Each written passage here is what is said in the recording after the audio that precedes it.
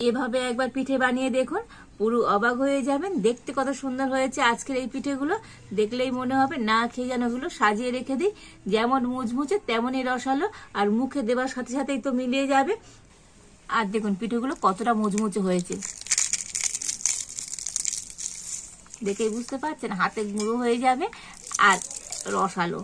অসম্ভব সুন্দর হয়েছে আজকের এই ফুলঝুরি পিঠেগুলো। নমস্কার বন্ধুরা, রূপার রন্ধনশালায় আপনাদের সকলকে অনেক অনেক স্বাগত জানাই।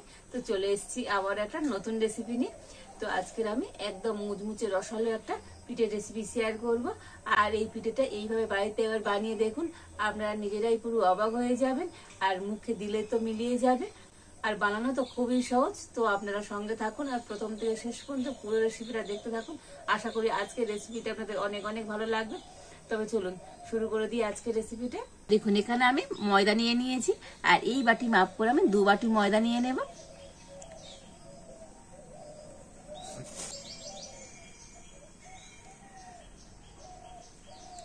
ময়দার মধ্যে দিয়ে দিচ্ছি অল্প একটু সামান্য পরিমাণে লবণ, আর দিয়ে দেবো সাদা তেল। তো এখানে আমি 2 চামচ সাদা তেল দিয়ে দিলাম। এবার আমি ময়দাটা খুব সুন্দর করে ময়ম করে নেব।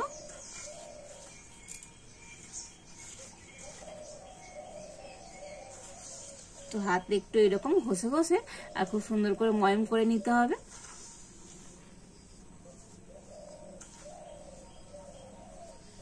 তো দেখুন ময়দাটা খুব সুন্দর করে ময়ম করে নিয়েছি, আর ময়মটা ঠিক এইভাবে করে নিতে হবে। হাতে মুঠো করলে মুঠো হয়ে যাচ্ছে। তো দেখুন ভাঙছে না, হাত দিয়ে ভাঙলেই তবে ভেঙে যাচ্ছে। আর এবার আমি অল্প অল্প করে জল দিয়ে ময়দাটা মেখে নেব।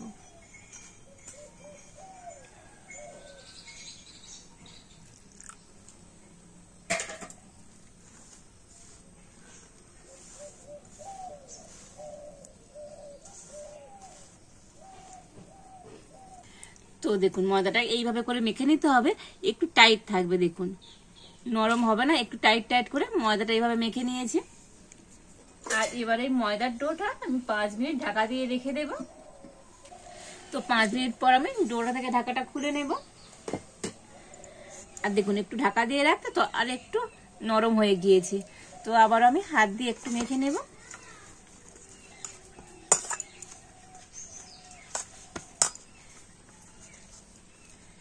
আর এবার আমি এটা দিয়ে লেচি কেটে নেব।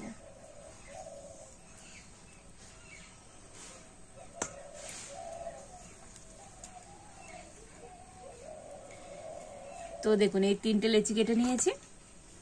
আর এবারে একটা লেচি নিয়ে হাতে সুন্দর করে গোল করে নিয়েছি। আর এবারে এটাকে আমি এখন বেলে নেব। তো এখানে আমি একটু কর্নফ্লাওয়ার নিয়ে নিয়েছি।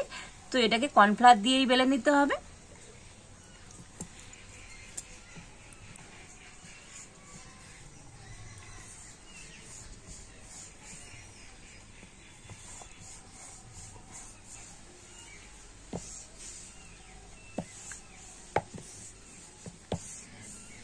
তো দেখুন রুটিটাকে এইভাবে পাতলা করে বেলে নিতে হবে। তো দেখেই বুঝতে পারছেন কত পাতলা করে বেলে নিয়েছি। আর এবারে এই রুটিটার উপরে আবার আমি একটু কর্নফ্লাওয়ার নিয়ে দিয়ে দেব।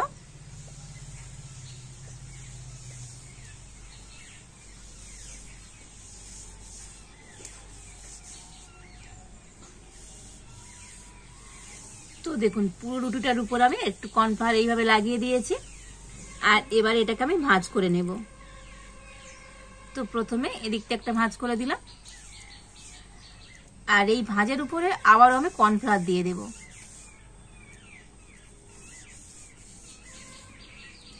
এবারে এদিক দিয়ে ভাঁজ করে দেব। আর এই ভাঁজের উপরে কর্নফ্লাওয়ার দিয়ে দিতে হবে। মানে যতবার ভাঁজ করবো প্রত্যেকবার ভাঁজের উপরে একটু করে কর্নফ্লাওয়ার দিয়ে দেব।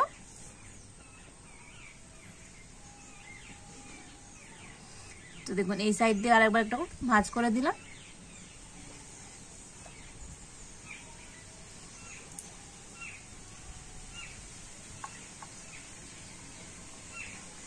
তো দেখুন এইভাবে করে ভাঁজ করে নিতে হবে।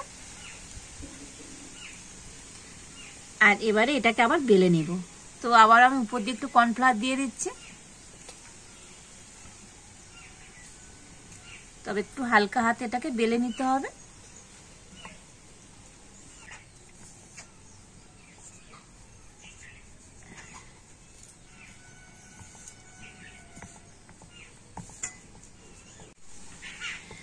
তো দেখুন এইভাবে করে বেলে নিতে হবে।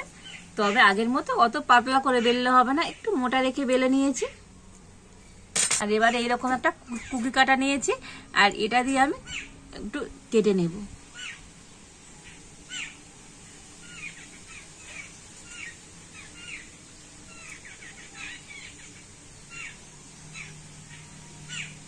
তো এটা দিয়ে যে কটা হয় সে কটাই আমি কেটে নেব।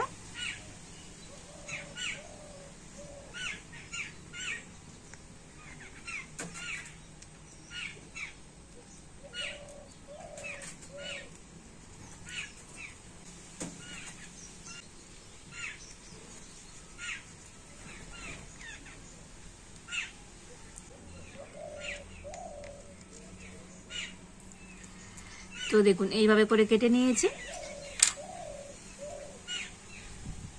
তবে এটা ফেলবো না, এটা দিয়ে আবার আমি রুটি তৈরি করে নেব।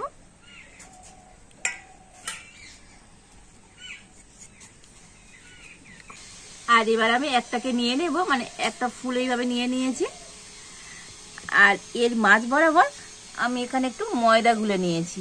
তো জল দিয়ে ময়দাটা গুলে নিয়েছি, তো এই ময়দা একটু নিয়ে মাঝখানে দিয়ে দেব।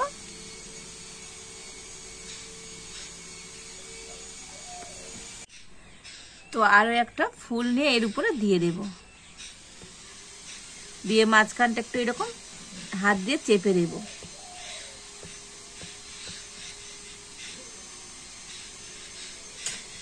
আবারও এই মাঝখানে একটু আমি ময়দার গোলা দিয়ে দিচ্ছি।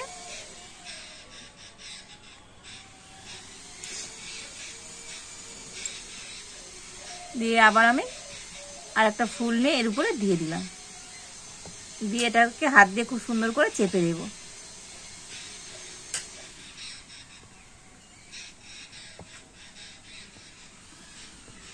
একটু এইরকম ঘুরিয়ে ঘুরিয়ে খালা করে দেব।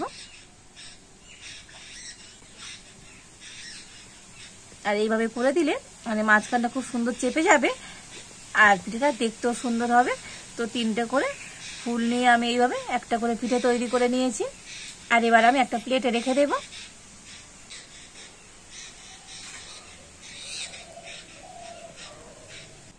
তো দেখুন আরো একটা ফুল আমি নিয়ে নিয়েছি, আর এই মাঝখানটা হাত দিয়ে প্রথমে একটু এরকম চেপে দিতে হবে।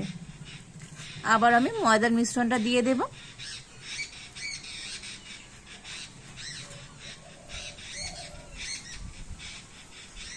তো আরো একটা ফুল নিয়ে দিয়ে দিচ্ছি। তবে ফুলগুলোকে মানে পর পর একেবারে দিচ্ছি না সাজিয়ে, এই ফাঁকাগুলো আর একটা করে দিয়ে দিচ্ছি। দেখেই বুঝতে পারছেন কিভাবে ফুলের পাপড়িটা আমি সাজিয়ে নিচ্ছি। এটা একটু সুন্দর করে হাত দিয়ে এরকম চেপে দেব।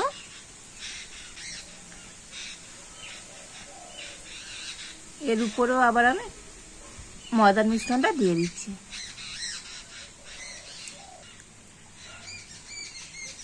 তো আবার একটা দিয়ে দিলাম। তো তিনটে করে ফুল নিয়ে এইভাবে একটা করে পিঠে তৈরি করে নিতে হবে। আর এই মাঝখানটাকে একটু এরকম হাত দিয়ে একটু ভালো করে চেপে দিতে হবে। তো দেখুন আর একটা পিঠে তৈরি করে নিয়েছি।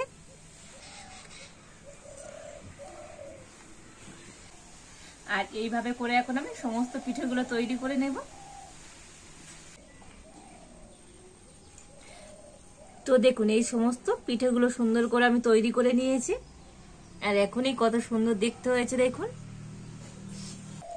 আর এবার আমি উনুনটা জ্বেলে উনানে একটা ফ্রাই প্যান বসিয়ে দিয়েছি।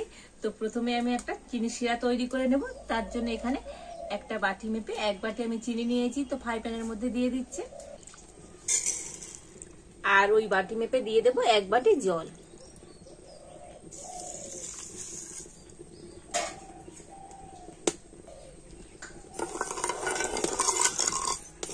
তো একটু নেড়ে চেড়ে একটা সুন্দর চিটচিটে শিরা তৈরি করে নিতে হবে।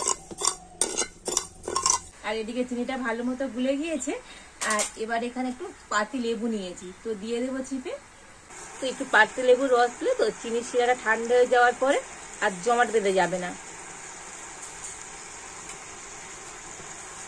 তো লেবুর রসটা এই রসের সাথে ভালো করে মিশিয়ে নিয়েছি। আর রসটা এরকমই তৈরি করতে হবে। তো আপনারা একটু হাত দিয়ে দেখে নেবেন যে চিনি শিরাটা একটু চিটচিট করবে, মানে একটু চিটচিটে ভাব হবে। তো এই চিনি শিরাটা যখন এরকম চিটচিট করবে তো চিনি শিরাটাকে নামিয়ে নিতে হবে।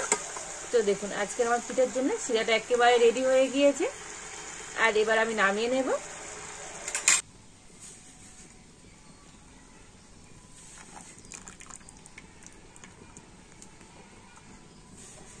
আর এবার আমি ফ্রাই প্যানের মধ্যে দিয়ে দেব সাদা তেল।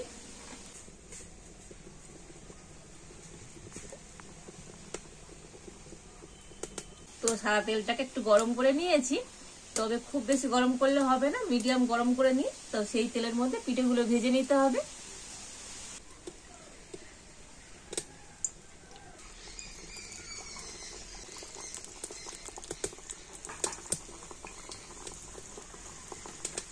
তবে একেবারে সব দেব না, অল্প অল্প করে পিঠেগুলোকে ভেজে নেব। আর দেখুন ফ্রাই প্যানের হাতটা ধরে এরকম একটু করে নাড়িয়ে চাড়িয়ে দেবো। তো প্রথমে কিন্তু এর গায়ে কোনো রকম খুন্তি বা চামচ দেব না। আর দেখুন পিঠেগুলো খুব সুন্দর এবার তেলের উপরে ভেসে উঠবে। তো যখনই পিঠেগুলো তেলের উপর ভেসে উঠবে, উপর দিয়ে একটু করে এইভাবে চামচ দিয়ে তেল দিয়ে দেব।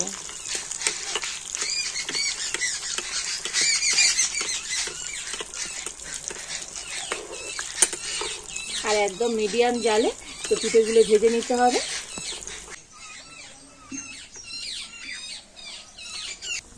তো দেখুন পিঠেগুলো খুব সুন্দর করে ভেজে নিয়েছি। আর দেখুন পিঠেগুলোকে খুব লাল করে ভাজবো না, এইরকম একটু সাদা রেখেই ভেজে নিতে হবে। আর কত সুন্দর দেখতে হয়েছে দেখুন আজকের এই পিঠেগুলো, অসম্ভব সুন্দর লাগছে দেখতে, একেবারে একটা ফুলের মতো হয়েছে, দুর্দান্ত লাগছে আজকের এই পিঠেগুলো। আর এবার আমি তেল ঝরিয়ে নামিয়ে নেব।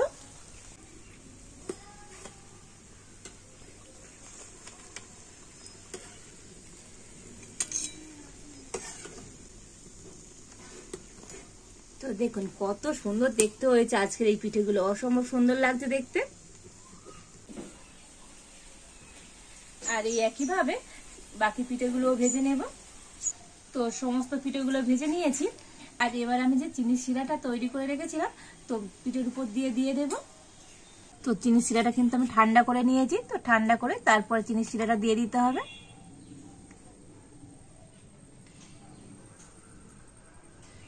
তো আপনারা চাইলে সম্পূর্ণ চিনির রসে আর কোট করেও নিতে পারেন, তবে এভাবে করে দিলে তো পিঠেটা খেতে ভালো লাগবে, মানে খুব একটা মিষ্টি হবে না, হালকা হালকা মিষ্টি।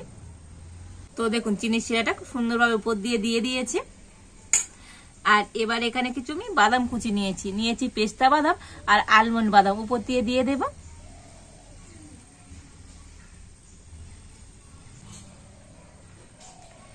এতে করে পিঠেগুলো যেমন দেখতে সুন্দর লাগবে আর খেতেও দারুণ লাগবে। তো এই পিঠের মাঝখানে আমি একটু করে এরকম বাদাম কুচি দিয়ে দিচ্ছি।